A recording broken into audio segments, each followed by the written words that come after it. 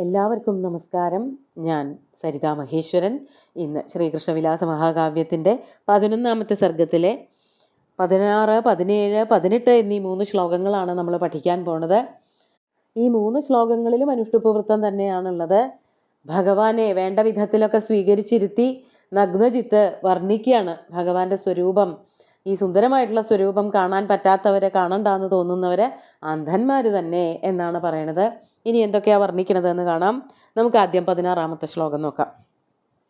മുനീനാം സനകാദീനാം ജ്ഞാനലോചനഗോചരം ത്വാമാഭ്യാമേവ നേത്രാഭ്യാം പശ്യന്ത കൃതിനോ വയം. ആദ്യം പദങ്ങൾ പരിചയപ്പെടാം. മുനീനാം സനകാദീനാം ജ്ഞാനലോചനഗോചരം ത്വാം ആഭ്യാം ഏവ നേത്രാഭ്യാം പശ്യന്ത കൃതിന വയം.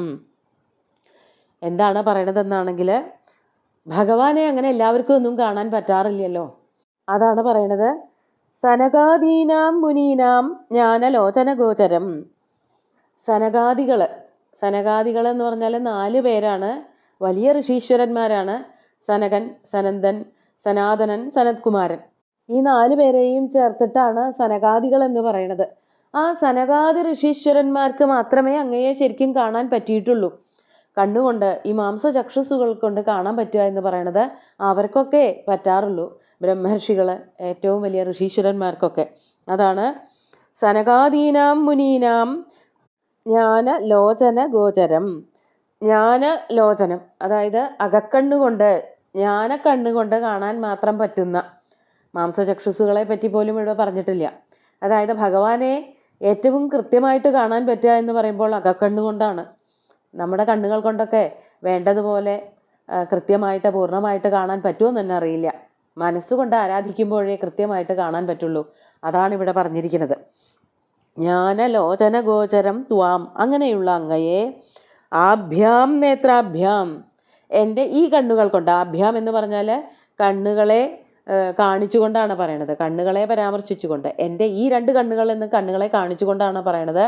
എൻ്റെ ഈ 2 മാംസചക്ഷുസ്സുകളെ കൊണ്ട് തന്നെ ആഭ്യാം നേത്രാഭ്യാം ഏവ പശ്യന്ത, അങ്ങനെ കാണുന്ന നമ്മൾ, അതായത് ഇവിടെ സ്വയം പറയാണ്, രാജാവായതുകൊണ്ട് പൂജക ബഹുവചനായിട്ട് വയം എന്നുള്ളത് നമ്മൾ എന്നുള്ള അർത്ഥത്തിൽ പറയാം.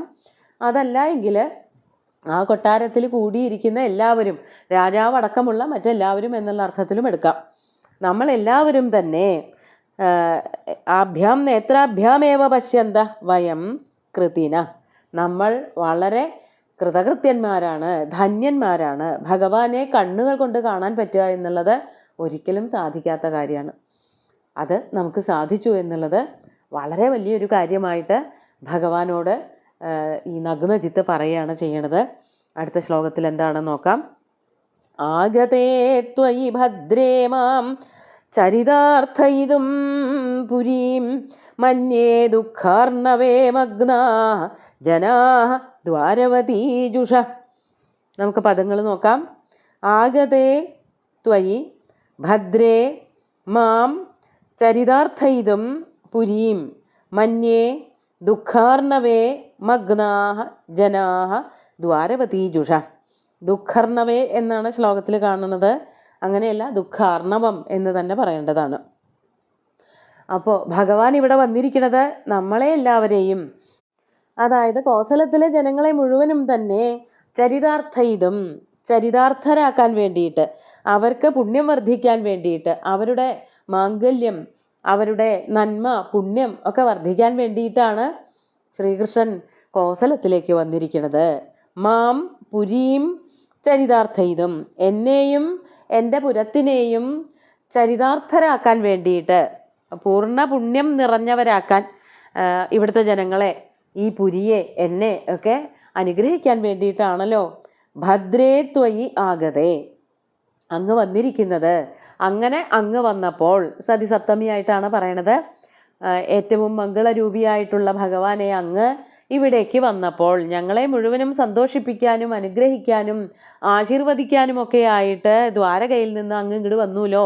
അങ്ങനെ അങ്ങ് വന്നപ്പോൾ എന്താ ഉണ്ടായിട്ടുണ്ടാവുക? ദ്വാരവതീജുഷ ജനാഹ, ദ്വാരവതീജുഷ എന്ന് പറഞ്ഞാൽ ദ്വാരകയിലുള്ള ജനങ്ങൾ, ദ്വാരകയിൽ വസിക്കുന്നവരായിട്ടുള്ള ജനങ്ങൾ. ദുഃഖാർണവേ മഗ്നാഹമന്യേ, അവർക്കെല്ലാവർക്കും ദുഃഖം വന്ന് ഭവിച്ചിട്ടുണ്ടാവും എന്ന് ഞാൻ കരുതുന്നു. ദുഃഖാർണവത്തിൽ, ദുഃഖമാകുന്ന, ദുഃഖം കൊണ്ടുണ്ടാക്കിയതായ മഹാസാഗരത്തിൽ മുങ്ങിപ്പോയതായിട്ട് വേണം ഞാൻ മനസ്സിലാക്കാൻ. അപ്പോൾ ഭഗവാൻ ദ്വാരക വിട്ട് കോസലത്തിലേക്ക് വന്നപ്പോൾ ദ്വാരകയിലെ ജനങ്ങളൊക്കെ ദുഃഖിതരാണല്ലോ ഭഗവാനെ കാണാൻ പറ്റാത്തത് കൊണ്ട്. അപ്പോൾ ഭഗവാന്റെ സാന്നിധ്യം എവിടെയുണ്ടോ അവിടെ സുഖവും, ഭഗവാന്റെ അസാന്നിധ്യം എവിടെയാണോ ഉള്ളത് അവിടെ ദുഃഖവുമുണ്ട് എന്നർത്ഥം.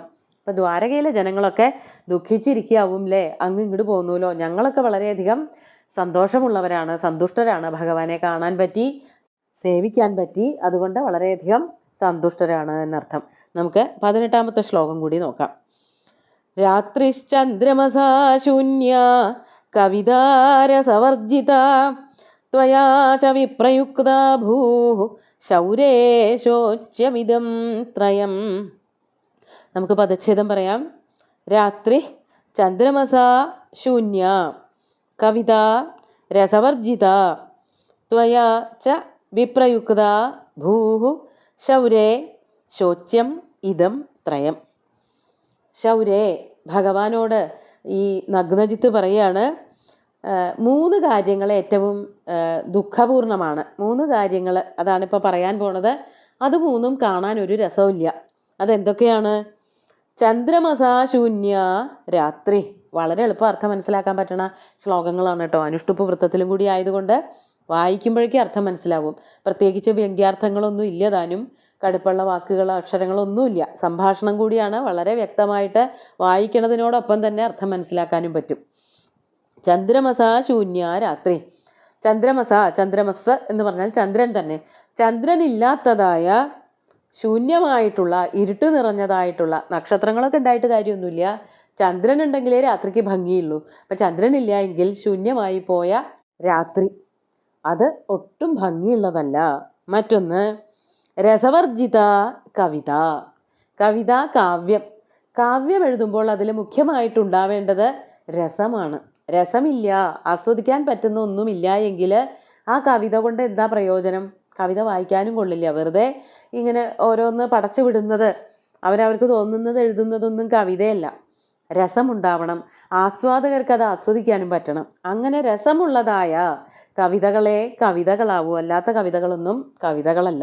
വാക്യം രസാത്മകം കാവ്യം എന്നാണ് കാവ്യത്തിൻ്റെ ലക്ഷണമായിട്ട് സാഹിത്യദർപ്പണകാരൻ ആചാര്യ വിശ്വനാഥൻ അദ്ദേഹം പറഞ്ഞു വച്ചിരിക്കുന്നത്. അപ്പോൾ ഒരു വാക്യം മറ്റുള്ളവർ ആസ്വാദകർ വായിക്കണമെന്ന് വിചാരിച്ച് എഴുതുന്നതിൽ ഒരു രസം വേണം, അല്ലെങ്കിൽ ഭാവം വേണം, ആസ്വദിക്കാൻ പറ്റണം.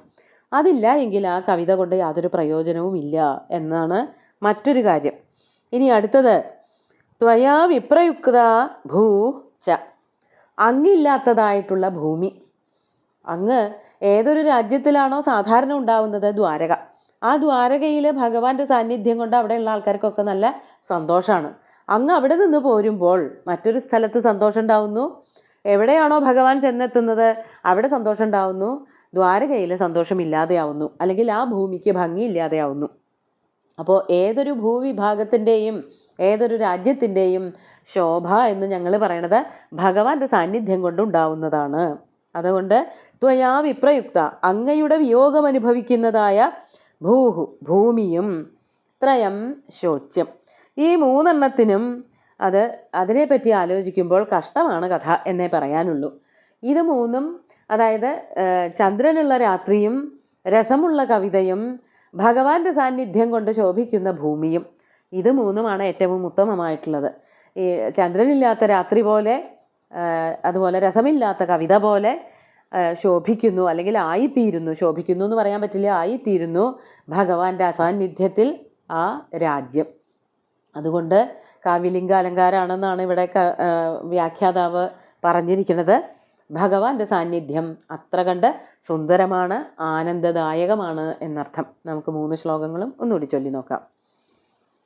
മുനീനാം സനകാദീനാം ജ്ഞാനലോചനഗോചരം ത്വാമാഭ്യാമേവ നേത്രാഭ്യാം പശ്യന്തഃ കൃതിനോ വയം ആഗതേ ത്വയി ഭദ്രേ മാം ചരിതാർത്ഥയിതും പുരീം മന്യേ ദുഃഖാർണവേ മഗ്നാ ജനാ ദ്വാരവതീജുഷ രാത്രിശ്ചന്ദ്രമസാ ശൂന്യ കവിതാരസവർജിത ത്വയാ ച വിപ്രയുക്താ ഭൂ ശൗരേ ശോച്യമിദം ത്രയം. ഭഗവാന്റെ സാന്നിധ്യം എല്ലായിടത്തും ഉണ്ടാവണം എന്നുള്ളൊരു പ്രാർത്ഥനയാണ് നഗ്നജിത്ത് ഭഗവാനോട് തന്നെ യാചിക്കുന്നത്. സുന്ദരമായിട്ടുള്ള 3 ശ്ലോകങ്ങളും ഭഗവാന്റെ കാൽക്കൽ അർപ്പിച്ചുകൊണ്ട് ഗുരുവായൂരപ്പനെ സാഷ്ടാംഗം നമസ്കരിച്ചുകൊണ്ട് എല്ലാവർക്കും ശുഭദിനം നേർന്നു നിർത്തട്ടെ. നന്ദി.